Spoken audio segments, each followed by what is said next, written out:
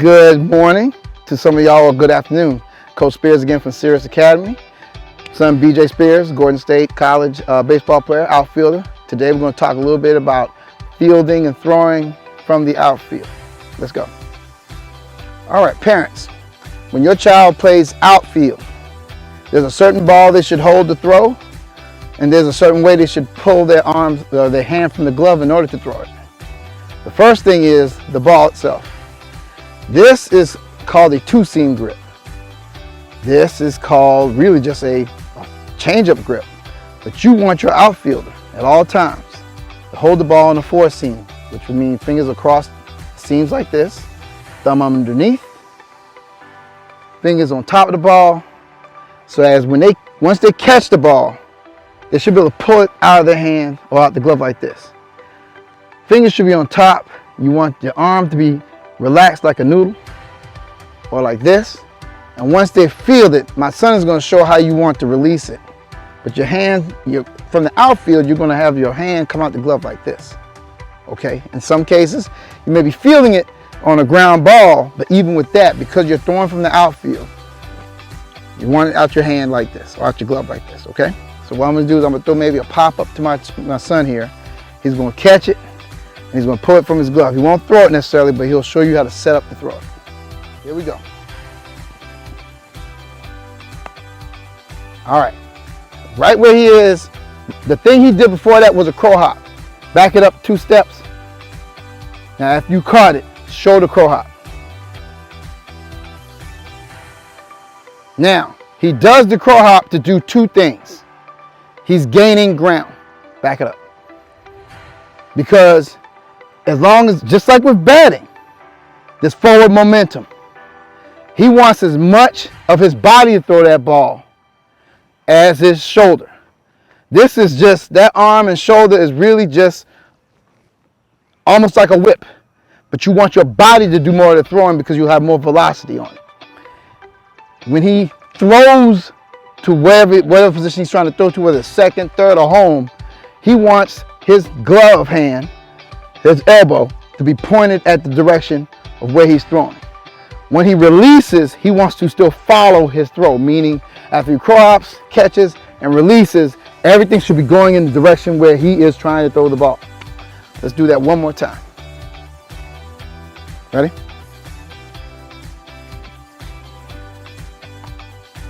All right, now you notice he chopped his feet to make the adjustment to where the ball was going. You want to do that in order to know where the ball is going, judging by the wind.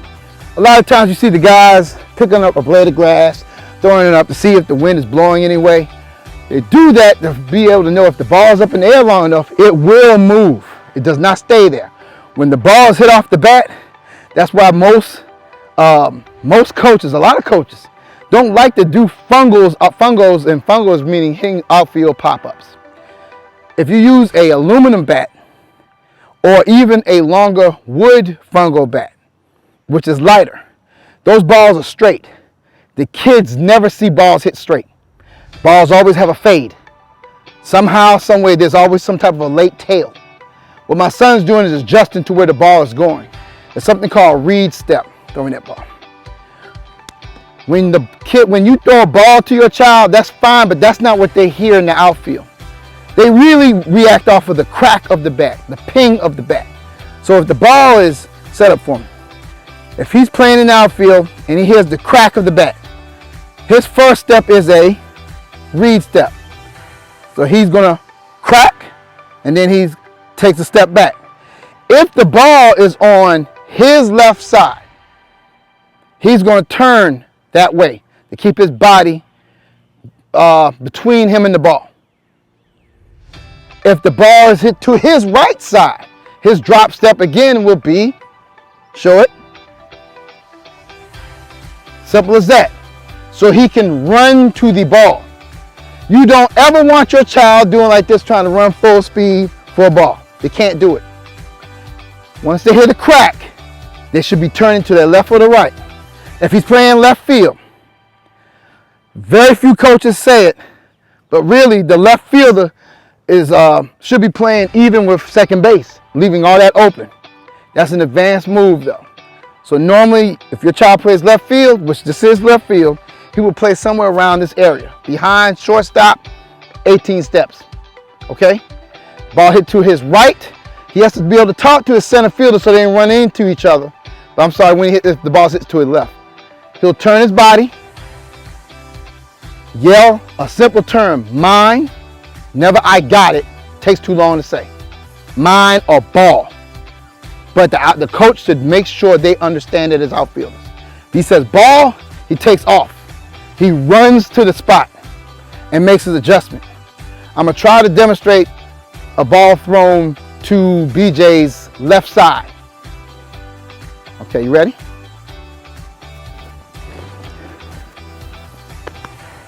Very good.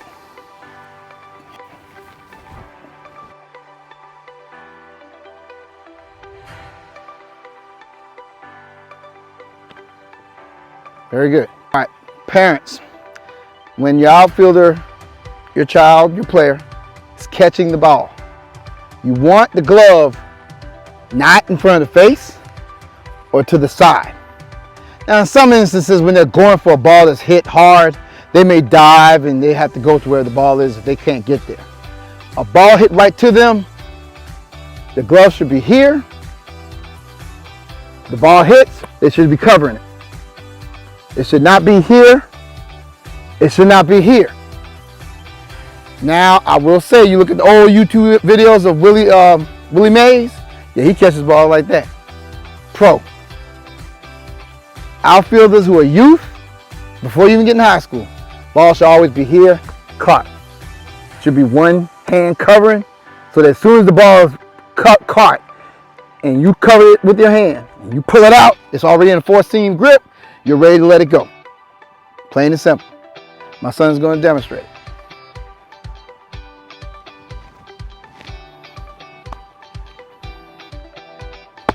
All right, let's do it again.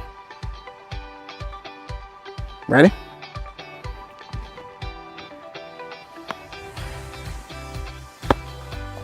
All right, let's do one more time. This will come kind of right directly to you like a line drive.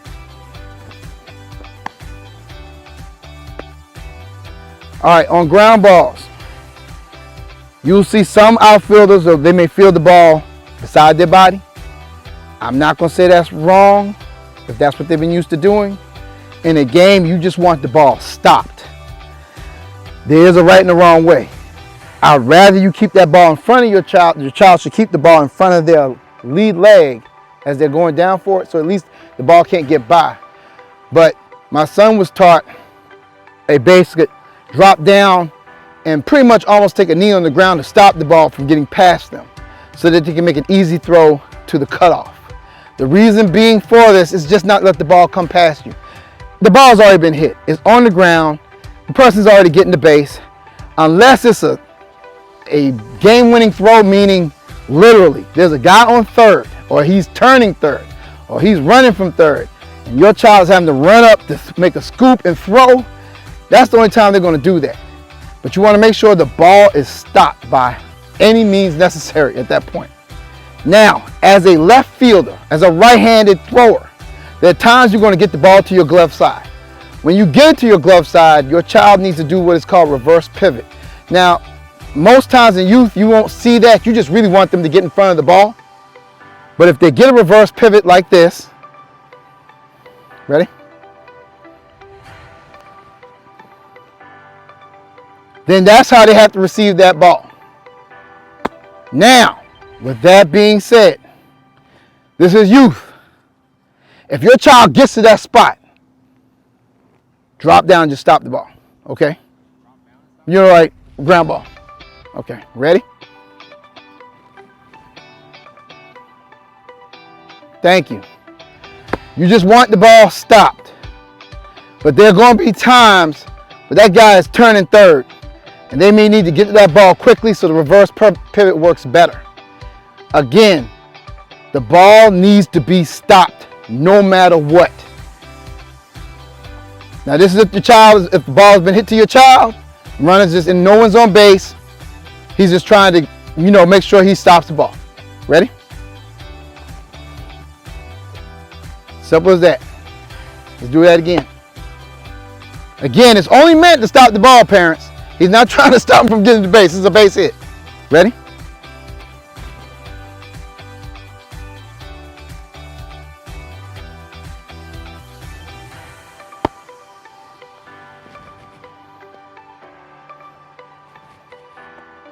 Now, transfer. Every now and then you'll see when the ball is caught, even if it's a pop-up and it's dropped, sometimes they'll call it out, sometimes they won't, and they'll say it was out, but he just dropped it on transfer. That means your child did not get the ball out of the glove cleanly, quick. That's why we always say you cover with both, but you pull it out with one, okay? Remember that. Try not to let your child get in the habit of one-handed catching balls. There's nothing wrong if they're running for a ball and they got to reach out and catch it like this, or they have to dive for something like that. There's nothing wrong with that. You're trying to make your child understand that you got to catch the ball regardless. If it's a hard hit ball and it's running away from them, and no matter what position they're playing, they're trying to get to that spot. And you just want them to get to the ball and maybe throw 2 bases in front of the base runner. Now that's a whole nother story. We'll have to talk about that later in defensive strategies and whatnot, but don't worry about that right now. With that being said, what we want to do right here is I want to either roll the ball to BJ or either throw it to him. But number one, remember, if you noticed on the ground ball drills, he got out his glove quick. You get out, you also have to know, before I should say that, let me back up one step. Know if you have runners, know where the runner is. If you got a runner on first and the ball's hit out to your child at center field or left field, yes, they feel the ball. That runner's probably going to get the second. Just throw it to your cutoff, which is your shortstop. Just stop the ball. That's the main thing. Stop the ball. Get out your glove quick, but make sure that you have a 4-seam grip. Make sure that you have your hands on the ball, and make sure you are in control and you know what's going on the field at all times. All right? All right, now we're going to talk about angles now. Sometimes, regardless if your child's playing left, right, center field, the ball's going to be hit in what we call left center gap, right center gap. You'll hear the third base and first base coach saying, hey, I want you to hit that ball left center, right center. Your outfielder has to be able to get to the ball. So they have to take a certain angle. If they don't take the right angle, the ball will keep running from them, and they'll be running, trying to catch up with the ball instead of cutting it off. In order to cut it off, they have to circle or come around the ball a certain way in order to field it correctly to be able to make the throw to the base in front. Okay, here we go around the ball.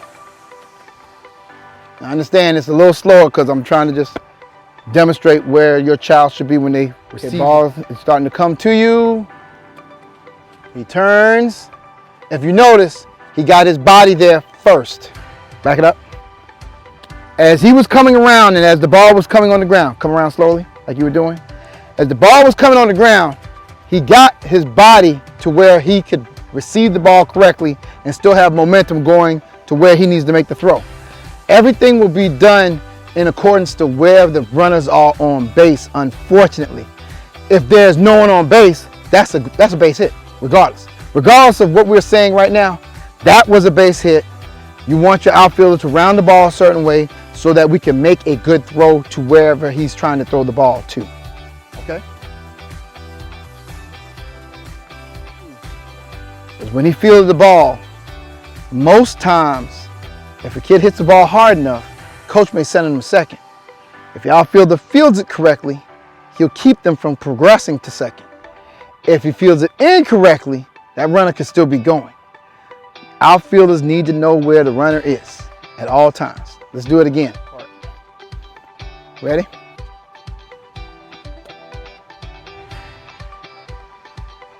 Good. Now again, he took those stutter steps. BJ, do that one more time and take those steps. Act like the ball's coming out to you. Same position, just act like the ball's coming out there. The stutter steps are like setting his body, getting his body ready to field the ball. If he does that, now once he fields it and gets the ball out of his glove, he already knows where to put the ball at, but he's already preparing his body to kind of come through the ball. When your child gets older and they start going to showcases, that's what they want them to do. Even if it's indoor, they want a slow chop and then coming through the ball. A slow chop and come through the ball, so you have, again, him gaining ground. Him using his body to throw the ball. That's what this is all doing. Trying to use less of this and more of this. Okay, you throw the ball with your body. All right, let's do it one more time. With the ball this time, with the ball. Ready?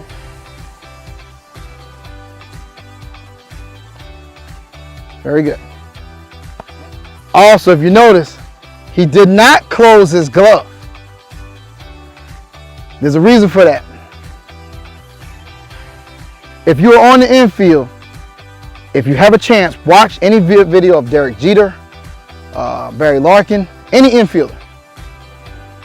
They never catch the ball. They never collapse the glove. The ball hits, they cover, they come up throwing. It's all about speed.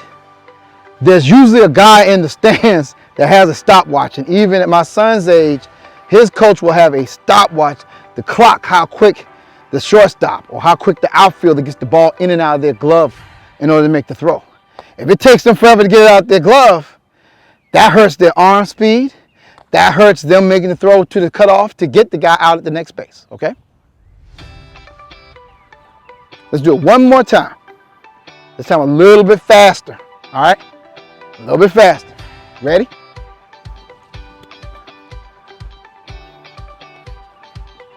Very good.